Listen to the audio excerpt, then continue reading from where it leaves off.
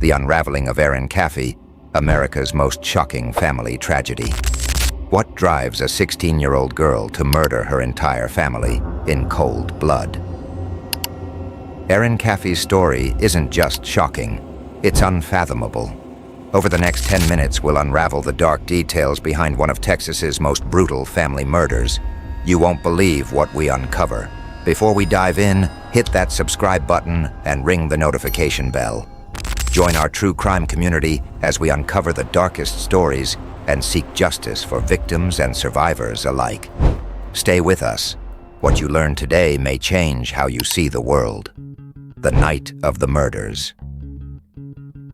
It was a quiet March night in 2008 in Alba, Texas, until an unimaginable act of violence shattered the peace. Erin Caffey's boyfriend, Charlie Wilkinson, along with 2 accomplices, broke into the Caffey family home and carried out one of the most brutal crimes the town had ever seen. Erin's mother, father, and 2 younger brothers were brutally murdered in the dead of night. Erin's father, Terry Caffey, miraculously survived, despite being shot multiple times. But as he crawled through the woods to a neighbor's house for help, the truth about his daughter's role in the attack began to emerge. The investigation and shocking revelation. When police first questioned Erin, she played the part of a victim, claiming ignorance and shock at her family's murder. But as investigators dug deeper, they uncovered a shocking truth.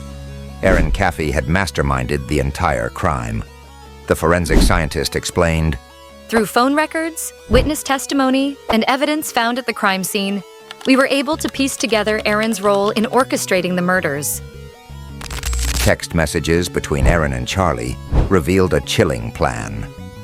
Erin wanted to be free from her controlling parents, and she believed the only way out was through their deaths. But what drives a child to turn on their own family with such brutality? Stay with us. What we reveal next will make you question everything you thought you knew about this case. Media frenzy and its impact. As news of the Caffey family murders broke, the media descended upon Alba, Texas. Headlines focused on Erin's transformation from an innocent-looking teen to a cold-blooded killer.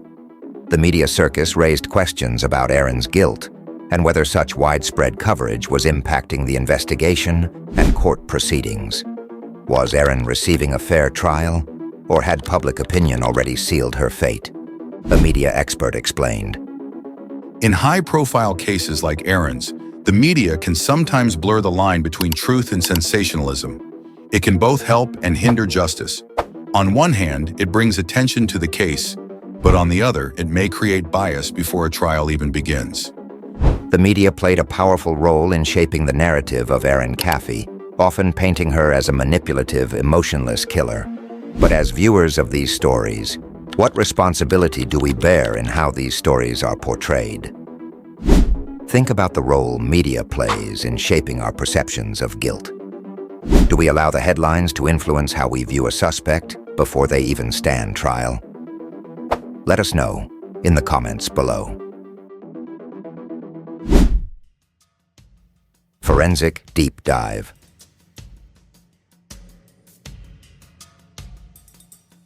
While the media focused on the drama, forensic experts were piecing together the gruesome details behind the murders.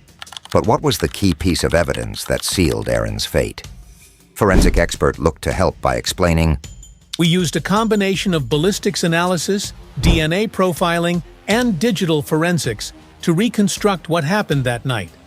The text messages between Erin and Charlie painted the clearest picture." From bullet casings to DNA found at the scene, every piece of evidence pointed to Erin's involvement. But it was the digital trail that left no doubt. Messages planning the crime, detailing the steps they would take to eliminate Erin's family. Imagine being the investigator, combing through every message, every call, knowing that behind each one lay the mind of a teenage girl who plotted against her own family. What do you think was the turning point in the investigation? Share your theory in the comments below. Cultural context and societal factors. A sociologist explained, Erin's actions can't be understood in isolation. Growing up in a deeply religious, small-town community comes with immense pressure, especially for teens. The relationship with Charlie was her way of breaking free from those expectations. In places like Alba, Texas, the pressure to conform to traditional values is immense. Erin's desire to rebel against her parents might have been more than just teenage defiance. It might have been an act of desperation. But does this cultural context explain the extreme violence Erin unleashed on her family? Or was there something even more sinister at play? What role do you think societal pressure played in Erin's decision-making?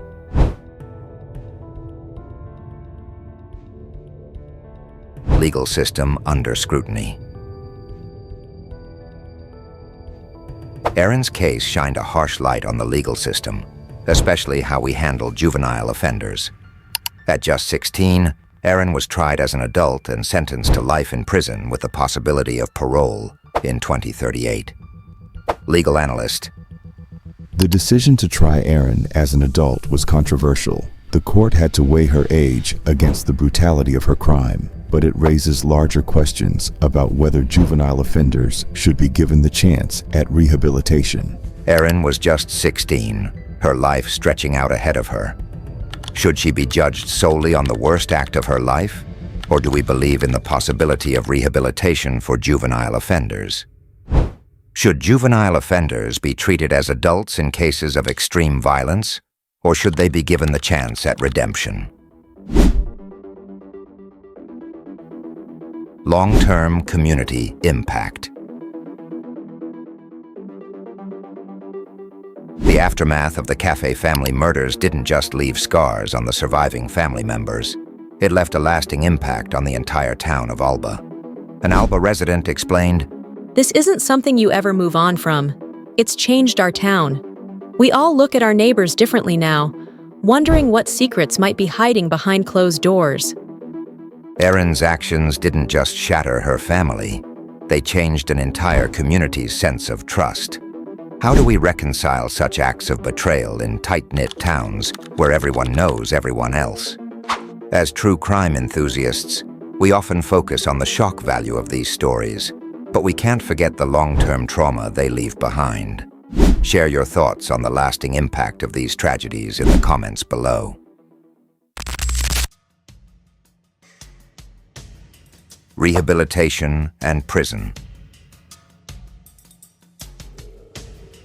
Prison psychologist explains, Rehabilitating someone like Erin is one of the most complex challenges we face. She was just 16, but the violence of her crime is undeniable. The question becomes, can someone who committed such an act at a young age be truly rehabilitated? Erin won't be eligible for parole until 2038, but when that time comes, will society ever forgive her for what she's done, or will she forever be defined by this crime? Closing and broader implications.